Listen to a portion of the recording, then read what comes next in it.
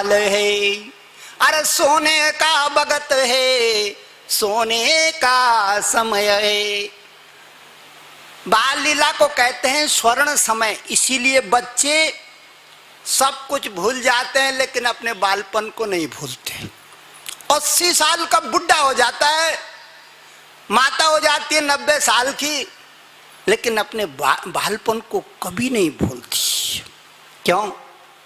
क्योंकि बालपन के बराबर कोई वक्त नहीं है, कोई मीठा समय नहीं है। इसके बाद तो 16 साल के बाद तो आदमी को जीवन में संघर्ष पैदा हो जाता है, दौड़ पैदा हो जाती है, भागना है, डिग्री लेनी है, पैसा कमाना है, इधर भागना है, उधर भागना है, वो दौड़ में आ जाता है। और दौड़ में आदमी हमेशा तनाव में रहता है, मानसिक तनाव में रहता है। बालपन सबसे प्यारा वक्त है इस मनुष्य के जीवन में। बालपन की जो सखी होती है या बालपन का जो मित्र होता है, अगर बाजार में कहीं मिल गया ना तो हम उसको गले भेंट देते हैं, उसको खटाई मिठाई खूब खिलाते हैं, जो वो खाना चाहे खिलाते हैं। क्यों? बालपन हमको याद दिला देता है दान धर्म की। बालपन में आदमी इतना दान करता है, इतना बुढ़ेपन में भी दान नहीं करता जितना दान करता है बचपन में। इसीलिए बाल लीला भागवत की जरूर सुननी चाहिए, महत्व की बात है, बड़ी कीमती बात है, बड़ा अद्भुत बात है, बड़ा अलौकिक बात है। आज हम बाल लीला को सुनेंगे कि गोविंद की बाल लीलाएं कैसे हमारे बाल लीला से संबंधित हैं। गोविंद तो बहाना है बिटिया, लीला तो हमें अपनी ही सुनाना है। वो तो बहाना है नारायण, लीला तो सबके। रामायण सटकोट पारा, सबके अंदर राम बैठा हुआ है। तुझ में भी राम, मुझ में भी राम, सारे जग में राम समाया, देखो राम जी की माया। सबके घट में भगवान का अंश है, इसीलिए हमको भागवत की कथा इतनी मीठी लगती है। क्यों लगती है? हमारे अंदर भी उस भगवान की एक झलक है, लेकिन काम करते करते तनाव में आके उस झलक को हम भूल जाते हैं। हमको तनाव याद रहता है, पैसा कमाना याद रहता है, झगड़ा करना याद रहता है, बाल बच्चे पैदा करना याद रहता है, खेत खलियान में काम करना याद रहता है, फैक्ट्री कारोबार में काम करना याद रहता है। उस झलक को मात्र हम भूल जाते हैं। वो झलक याद होनी चाहिए हर एक मनुष्य को, चाहे स्त्री हो चाहे पुरुष हो, चाहे किसी भी धर्म का मानने वाला हो, है तो मनुष्य ही ना। धर्म को कोई उल्टी पूजा करता है, कोई सुल्टी पूजा करता है, करे, लेकिन उसके अपने अंदर को तो याद कर ले। भगवान ने बार बार झलक दिखा गई। भगवान तो चले गए आत्मा की झलक दिखा के। भगवान हमको अपनी आत्मा का ज्ञान करा करके भाग गए, अंतर्धान हो गए। श्री भगवान वाचे ईश्वर है सर्वभूतानां हृदय से अर्जुन तिष्ठते भ्रामयन् सर्वभूतानि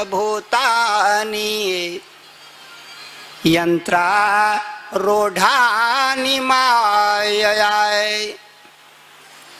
हम यंत्रवत हो गए हैं, मशीन से ज़्यादा हमारी कीमत नहीं रह गई है। हमारे अंदर जो अंश छिपा हुआ है उसकी हम कभी पूजा नहीं करते। मंदिर में जाएंगे पूजा करेंगे, नदी किनारे जाएंगे पूजा करेंगे, जंगल में जाएंगे पूजा करेंगे, लेकिन कभी ये ख्याल नहीं करते कि थोड़ा अपने अंतर्यामी को भी थोड़ा पूजा कर लेना, जरा 2-4 मिनट उसका भी तो ध्यान कर ले, थोड़ा उसको भी देख ले। तेरे अंदर जो है कम से कम उसको उठाने की, जगाने की कुछ तो युक्ति करनी चाहिए, या वहीं के वहीं पड़े रहें सारी 80-90 साल तक। नहीं, ऐसा नहीं करना चाहिए। ये भागवत की कथा आत्मा का दर्शन है, आत्मा की पोथी है। आज हम बाल लीला में आगे बढ़ते हैं।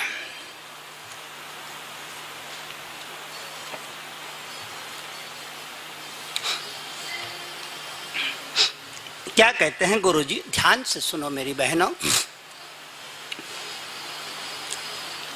श्री सुख उवाचे, तोताराम गीत गा रहा गोविंद के बगीचे में। भागवत में लिखा है सुखदेव मुनि के विषय में, तम अच्युताम कथाम कुंजे, ताम अच्युताम कथाम कुंजे, सुको जनताम सुकम भजे। तोता खूंज रहा है बगीचे में, इस डाल से उस डाल, उस डाल से उस डाल, उस डाल से उस डाल। तम अच्युताम कथाम कुंजे,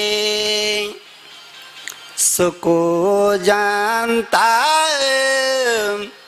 सुकम भजे। क्या कह रहा है? श्रीधाराम श्रीधारम वंदे, श्रीधर एक परायणम। गीत गा रहा है। सुखदेव मुनि कहते हैं, श्री सुक उवाच कंसेन प्रहिता घोरा, पूतना बालघातिनी। ये अभागन पूतना का प्रसंग आ गया। गुरुजी कहते हैं, कंसेन प्रहिता घोरा, पूतना बालघातिनी। शिशु चचार निघनन्ते,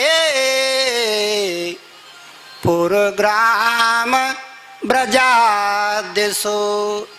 आज कंस ने पूतना पठा दी। पूतना तू जा और जो भी गांव में अष्टमी को कोई आया हो उसको जहर दे के मार दी।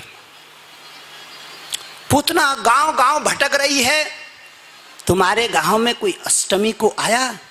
सबने कह दिया ना, कोई नहीं आया। चलते चलते नंद बाबा के गांव में पूतना खड़ी हो गई। एक ग्वालन से पूछा, तुम्हारे गांव में कोई अष्टमी? बोले हाँ, रात में आया है 12 बजे। किसका पूत है? बोले यशोमती का, नंद बाबा का। अच्छा, रात में आया अष्टमी को? हाँ। पूतना ने कहा बात बन गई। पूतना गांव में चलने लगे। अब पूतना ने अपना भेष बदल दिया। इसको भेष बदलने की विद्या आती है, ये सुरफनखा से कम नहीं है। जैसे सुरफनखा ने अपना भेष बनाया और राम लक्ष्मण को ब्याह करने चली। कौन? सुरफनखा। उसी तरह की विद्या ये पूतना भी जानती है, इसने अपना भेष बदल लिया। और जब भेष बदला तो सुक मुनि कहते हैं कैसा बदला, सुनो। श्री सुक उवाचे मनोहरांते मनोहरांते बनिता ब्रजोकसाम। आहा, आज इसने गोपियों के मन का बंटा धार कर दिया। किसने? पूतना ने ऐसा रूप बना दिया। मनोहरांते बनिता ब्रजो